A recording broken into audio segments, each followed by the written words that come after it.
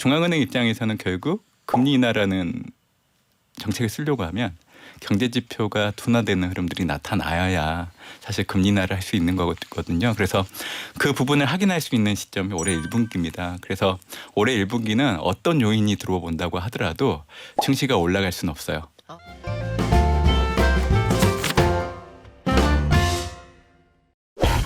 오늘 아침 뉴욕 증시를 확인하면서 다행이다 이렇게 시작을 했습니다. 지난주 증시는 기대에 너무 못 미쳤거든요. 그러면 지난주가 진짜 얼굴일까요? 이번 주가 진짜 얼굴일까요? 헷갈리는데 이른 봄부터 금리가 하락할 거라는 뉴욕 증시의 기대감은 약간 사그라드는 것도 같습니다. 앞으로 뉴욕 증시 그리고 거기에 영향을 받을 우리 증시는 어떻게 흘러가게 될까요? 대신증권 문남중 연구위원에게 들어보겠습니다. 안녕하세요. 네, 안녕하세요. 올해 들어서 뉴욕 증시 개장하고 첫 주에는 실망했어요. 그 왜 그런 거예요, 진짜? 아무래도 지난해 11월, 12월 네. 미국 같은 경우에는 연말 쇼핑 시즌에 대한 기대가 들어오면서 사실 과거 2013년도 이후에 미국의 대표 지수인 S&P 500의 월간 수익률을 보면 10월과 11월, 12월 각각 2.3, 3.2 그리고 12월에는 마이너스 0.1%로 수익률이 돌아서는 모습을 좀 보였던 상황인데 지난해 같은 경우에는 11월, 12월 S&P 500의 월별 수익률이 8.9, 4.4 상당히 좋았죠. 그러다 네. 보니까 급등에 따른 피로감이 누적되어 있었던 상황이고 이를 해소하는 기간이 새해 들어서 좀 반영되고 있다라고 생각을 하고 있습니다. 그러면은 단기적으로 기간 조정인 거예요? 그 펀더멘털은 흔들리지 않는 채로? 저는 그 해석이 맞다고 생각을 해요. 결국 투자를 할 때 해당 국가의 펀더멘탈, 경기 또 기업 실적을 놓고 온다고 하면 미국 같은 경우에는 지난해보다는 경기 안정이 도모되고 기업 실적은 부진했다가 올해는 빠른 속도로 회복되는 게 나타나고 있는 상황이기 때문에 추세 자체는 바뀌진 않았지만 가하면 체하다는 얘기가 있잖아요. 그래서 지난해 미국 증시는 11월, 12월 시장 예상보다는 좀 가한 모습 보였기 때문에 새해 1월 증시 그리고 2월 달까지는 좀 미국 증시가 얘기해 주신 대로 기간 조정 형태로 흘러가지 않을까 저는 전망을 하고 있습니다. 그래서 너무 신기한 게 문남중 연구위원이 작년에 와서 그 말씀 하셨거든요. 자, 올해 연말까지 달려가다가 내년에 개장하고 한 1월, 2월 잠깐 조정을 받다가 금리 인하 사인 다시 나오면 그때 힘을 받아서 올라갈 겁니다 하셨는데 미리 보고 오신 거예요, 혹시? 예, 보고 왔으면 좋겠는데 그 기술이 아직까지는 없는데요. 예, 운이 좋았습니다. 근데 다만 그 우려되는 부분은 어떤 거냐면 시장에 지금 미 연준이 생각보다 금리를 자주 많이 내릴 거라는 기대감이 한 바가지 퍼져 있는데 3월 아니다. 그리고 상반기도 어쩌면 어려울 수도 있다.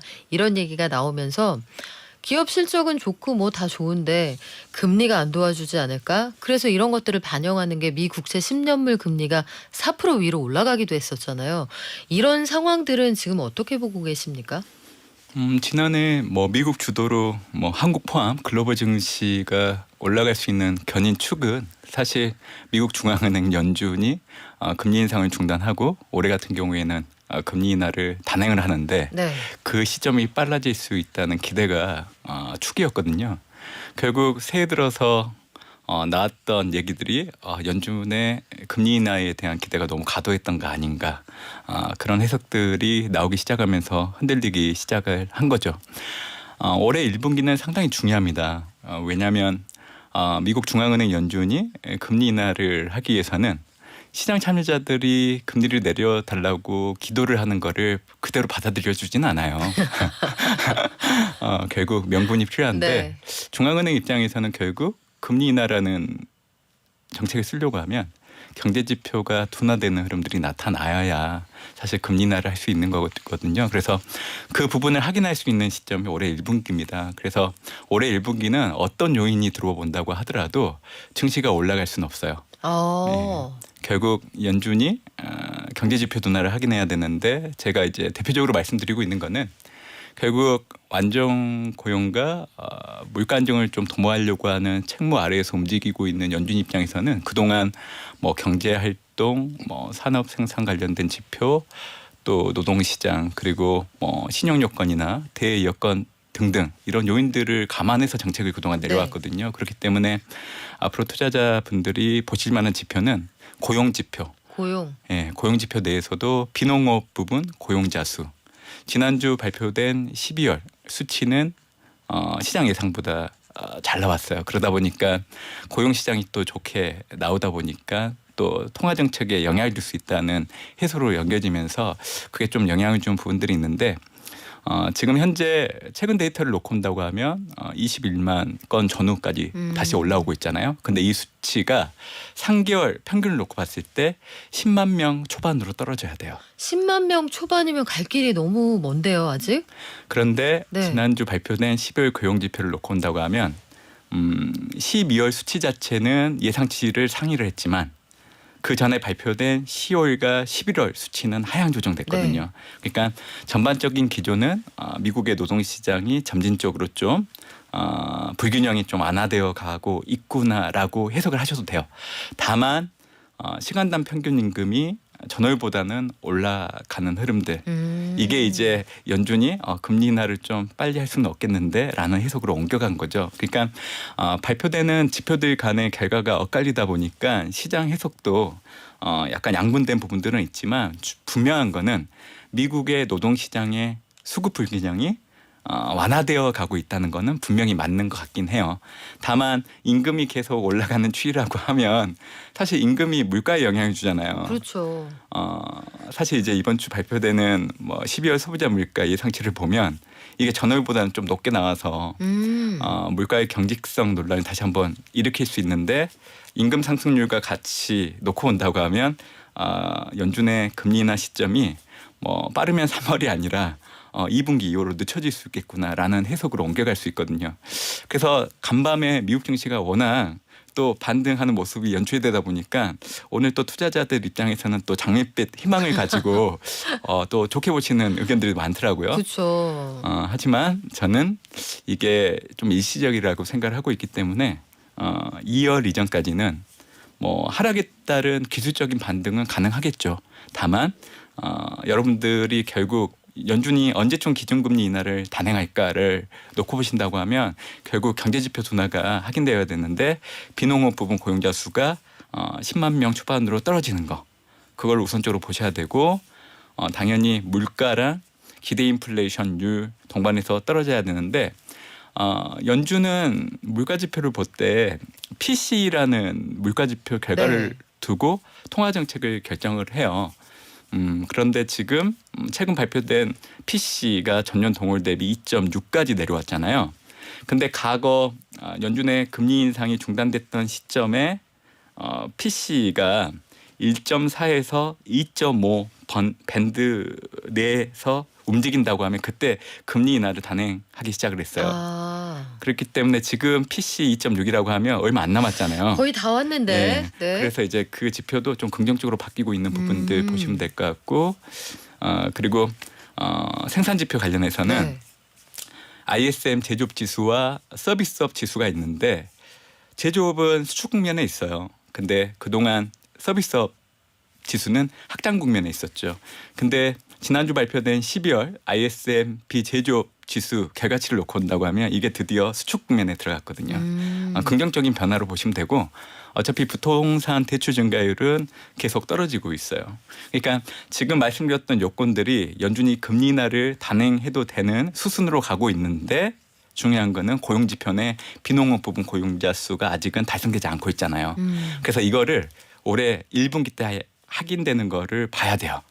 그렇기 때문에 그게 확인되지 않는 상황이라고 하면 사실 미국 증시를 포함한 글로벌 증시 자체가 다시금 힘을 받기에는 어렵다고 저는 보고 있는 거죠. 이거 고민이 되는데 그러면 감질나는 증시가 한동안 이어진다는 얘기잖아요, 의원님. 이럴 때는 개인 투자자는 그러면 주가가 밀릴 때 좋은 회사의 주가가 밀릴 때 싸게 사서 모아둬요? 아니면 그것까지 다 확인하고 그 다음에 들어가야 안전해요? 사실 가격 조정이 일어날 때마다 조금씩 사 모아가는 게 이론적으로는 좋은 얘기긴 한데요. 이게 개인 투자자 입장에서 그렇게 따라한다는 것 자체가 쉽진 않아요.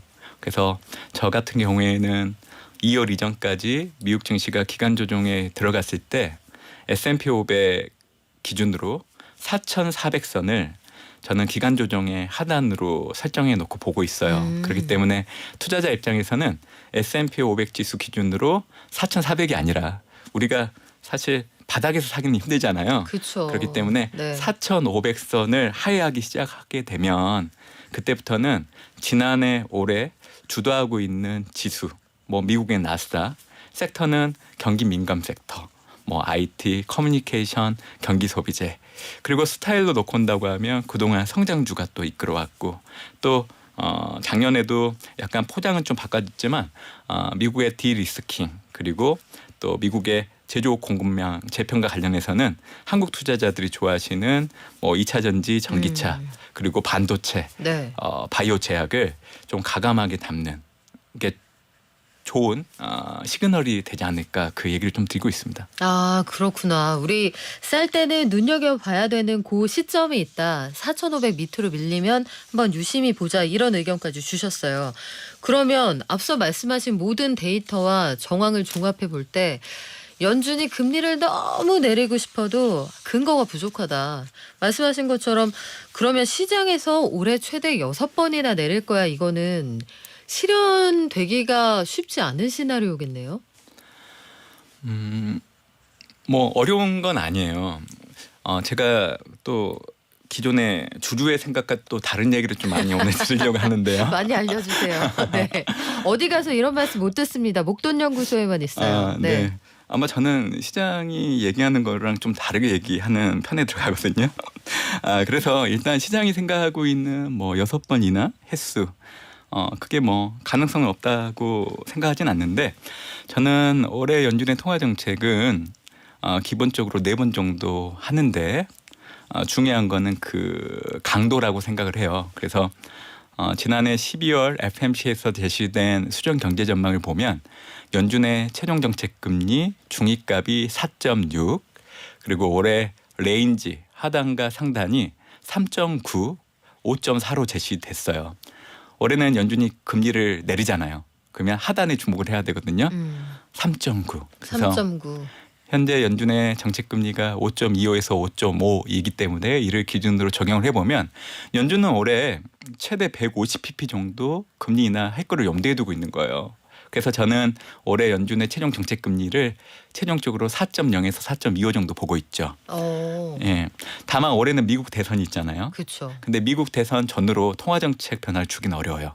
바이든 대통령이 재선을 할 수 있고 지금 공화당 유력 대선 후보인 트럼프가 또 당선될 여지가 있기 때문에 중앙은행 입장에서는 이런 수장들이 바뀌는 상황에서는 정책 변화를 주긴 어렵거든요. 부담스럽죠. 예. 네. 그렇기 때문에 저는 바이든 대통령이 재선을 하기 위해서는 결국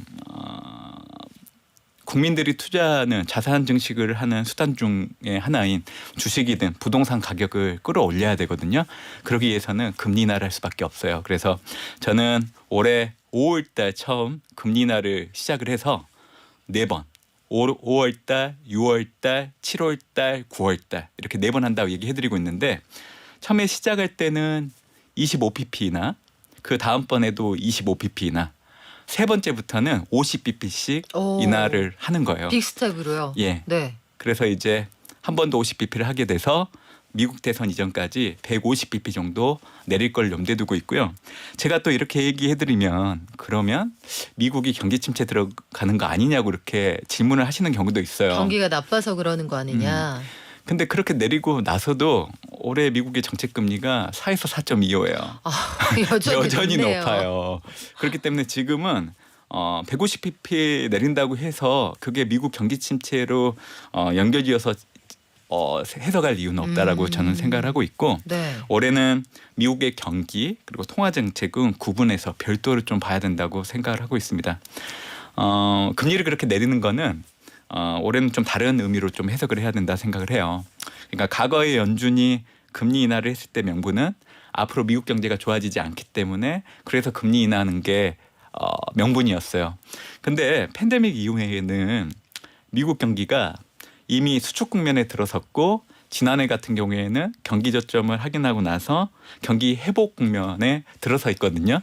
그렇기 때문에 올해 5월달 금리 인하를 한다고 하더라도 이 명분이 달라지는 거죠. 지금 현재 경기를 유지하는 정도, 그리고 미국 대선을 앞두고 바이든이 대선을 해야 되기 때문에 표심을 직결하기 위한 용도로 활용할 가능성이 높기 때문에 올해 뭐 금리를 그렇게 많이 내린다고 해서 미국 경제가 무너지거나 하는 일은 없다고 저는 생각을 하고 있어요.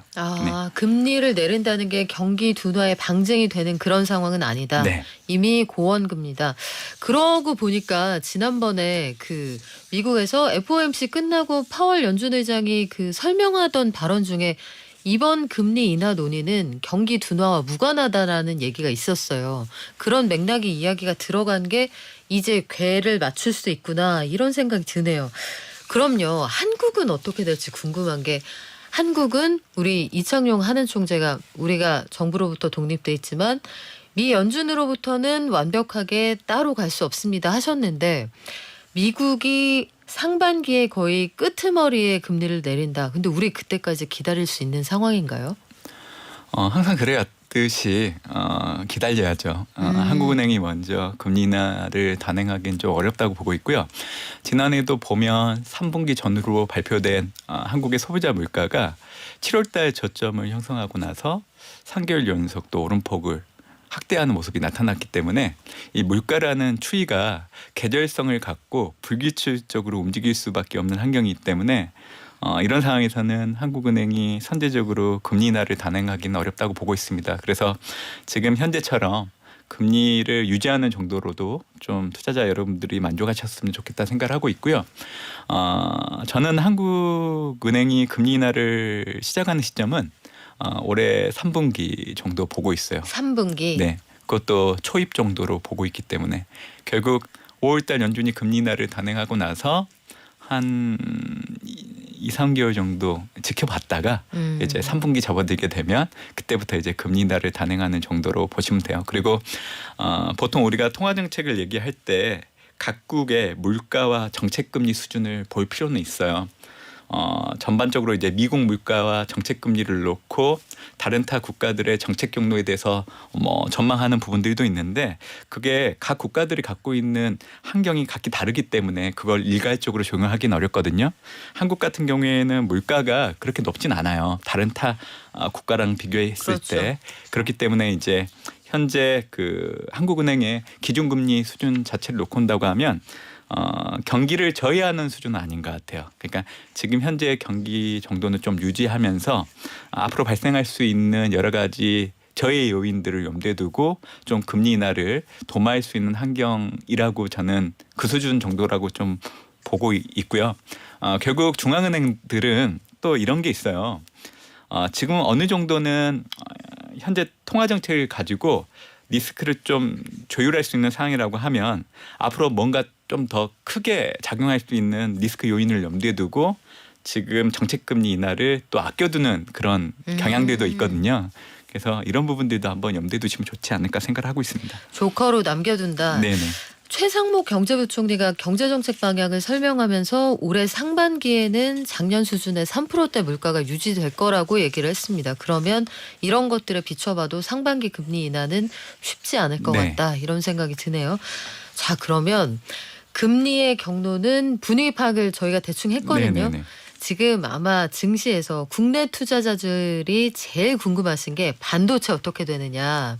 삼성이 오랜만에 길을 쫙 펴고 살아났단 말이에요. 오늘 잠정 실적은 기대에 네네. 미치진 못했지만 어떻게 10만전자 갑니까? 10만 전자 갈 수 있다라고 얘기하기는 좀 어려울 것 같고요. 왜냐하면 너무 장밋빛 기대를 가지신다고 하면 나중에 네. 그게 현실화되면 되게 좋죠. 근데 또 너무 기대를 갖다 보면 또 실망도 크기 때문에 일단 작년보다는 올해 반도체 경기가 좀 좋아지는 건 분명 있는 것 같긴 해요. 이거는 이제 한국의 수출 증가율을 놓고 온다고 하면 3개월 연속 플러스 회복을 보이고 있는 부분들을 통해서 저 또한 그동안 이제 반도체 업황보다는 반도체 업황과 관련되어 있는 한국의 기업들 주가 또 한국의 경제 향방을 놓고 약간 미심쩍은 부분들은 있었는데 최근 발표된 수출 증가율이 3개월 연속 플러스를 보이는 걸 보고 이제는 좀 안심이 되는 경로로 들어가지 않았나라고 생각을 해보고 있고요. 또 중요한 거는 결국 지역과 품목을 놓고 봤을 때 중국 수출 증가율이나 반도체 수출 증가율 역시 지난해 좀 저점에서 좀 차곡차곡 회복되는 경로로 좀 돌아서고 있는 부분들이 있어서 작년보다는 올해 좀 한국의 반도체 관련된 기업들의 주가는 상방 압력이 높은 환경이 마련되는 건 맞다. 다만 10만전자라고 꼭 집어서 얘기하기는 좀 어렵고 결국 한국 증시가 미국 증시에 연동돼서 후행해서 따라갈 수밖에 네. 없기 때문에 저는 올해 2월 이전까지는 일단 기대치를 좀 낮출 필요는 있다라고 얘기를 드리고 싶습니다. 네, 우리 비축해서 힘을 모았다가 이제 2분기 이후에 한번 비상하는 시점을 좀 같이 보면 좋을 것 같아요. 오늘도 속이 다 시원하네요. 연구위원님. 지금까지 대신증권 문남중 연구위원이었습니다. 고맙습니다. 감사합니다.